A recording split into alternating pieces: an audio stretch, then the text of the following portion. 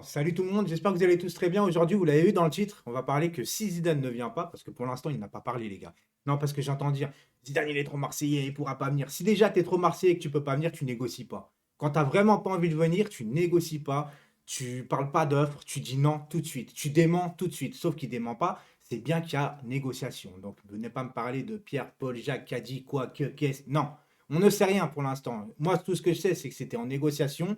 Maintenant que ça va être à Zidane de choisir oui ou non, pour l'instant, on ne sait pas. Le seul véritable problème pour moi, c'est qu'on passe de peut-être Zidane à Galtier. Non, je sais ce que vous allez dire, que je caricature un petit peu. Oui, je le sais. Mais les gars, Galtier, on aime bien chez Galtier son franc-parler. Ouais, c'est vrai qu'en conférence de presse, quand il parle, tu vois, il a toujours défendu le Paris Saint-Germain, malgré qu'il n'est pas parisien de base. Je vous rappelle quand même qu'il a été dans le staff de l'Olympique de Marseille à l'époque où ils avaient frappé Gallardo dans les vestiaires. Enfin bref, ça c'est ceux pour les plus anciens.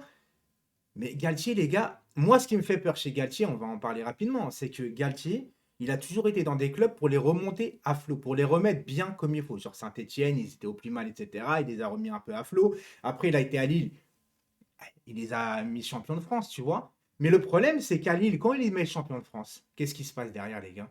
C'est que il se barre, il s'en va.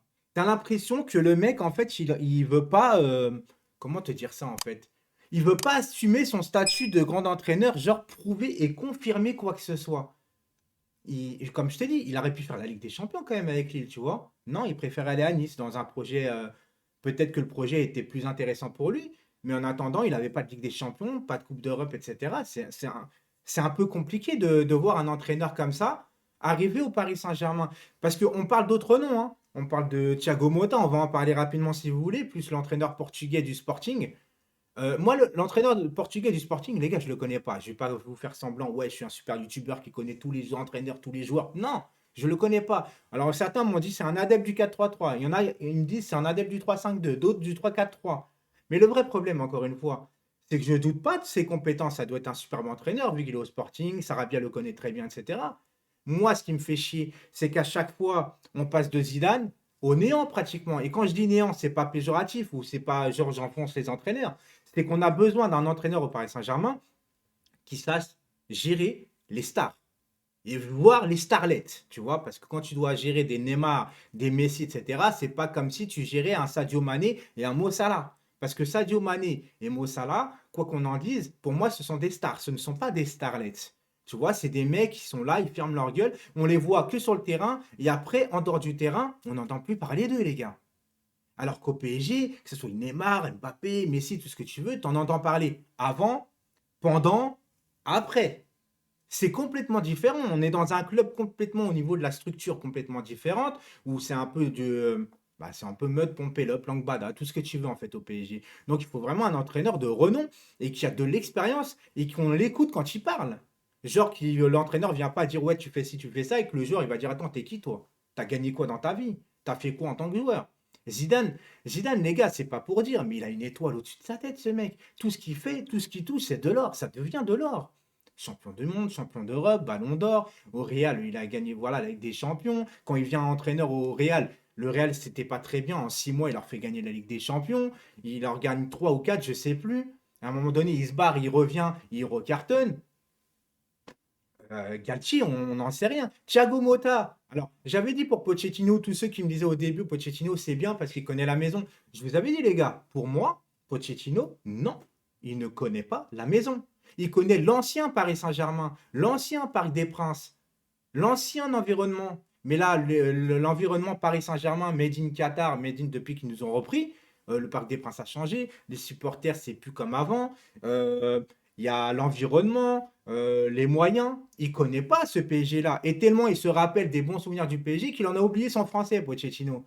Donc pour moi, les gars, euh, il n'y a pas d'entre-deux au PSG. T'as l'impression que c'est soit Zidane, soit rien en fait. C'est limite, on pense peut-être à garder Pochettino, les gars.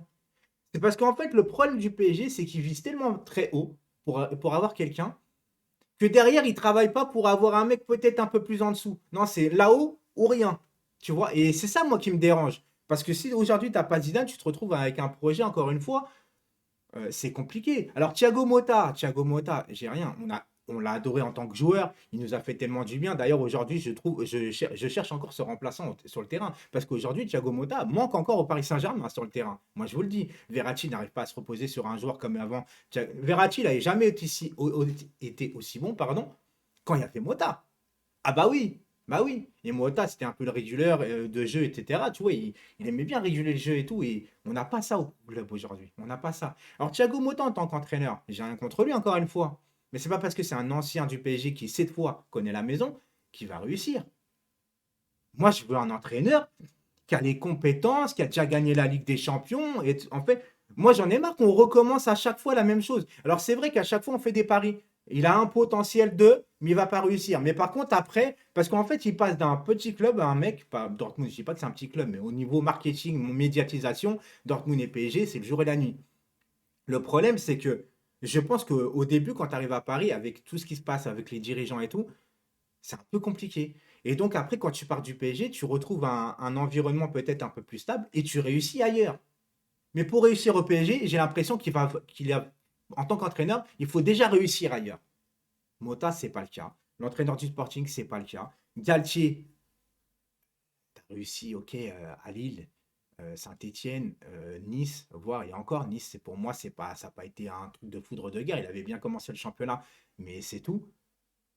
Galtier, comme je vous le dis, les gars, hein, j'aime bien son franc-parler. J'ai l'impression que c'est une grande gueule et ça, j'aime ça. Mais les gars, on va aller chercher Antonetti dans le tiers. Non, mais alors ça se trouve, il va réussir, comme je vous ai dit, les gars. C'est pas parce que tu tentes 6, 7, 8 fois d'entraîneurs qui n'ont pas réussi avec ton principe de dire on veut un potentiel pour qu'il reste plus tard. Peut-être que le neuvième, dixième entraîneur, ça va réussir. Mais encore une fois, les gars, c'est un gros risque. Demain, il y aura une vidéo sur Pogba aussi, les gars. Oui, Pogba. Parce que Pogba, soi-disant, signé à la Juve, ça fait une semaine et demie, hein. Maintenant qu'on entend ça, il est toujours pas là. Voilà. Sabri maintient le truc comme quoi que Pogba arriverait au Paris Saint-Germain. Je vais faire une vidéo demain. Est-ce que Pogba, selon vous, est le profil idéal pour le Paris Saint-Germain? Voilà, tout simplement. Qu'est-ce que vous voulez que je vous dise d'autre que moi, en tant que supporter et tout ça, j'ai, je suis un peu crispé. Tu vois, le fait de garder Pochettino, faire venir Mota. Alors Mota, c'est un peu le sentiment qui te fait vouloir Mota.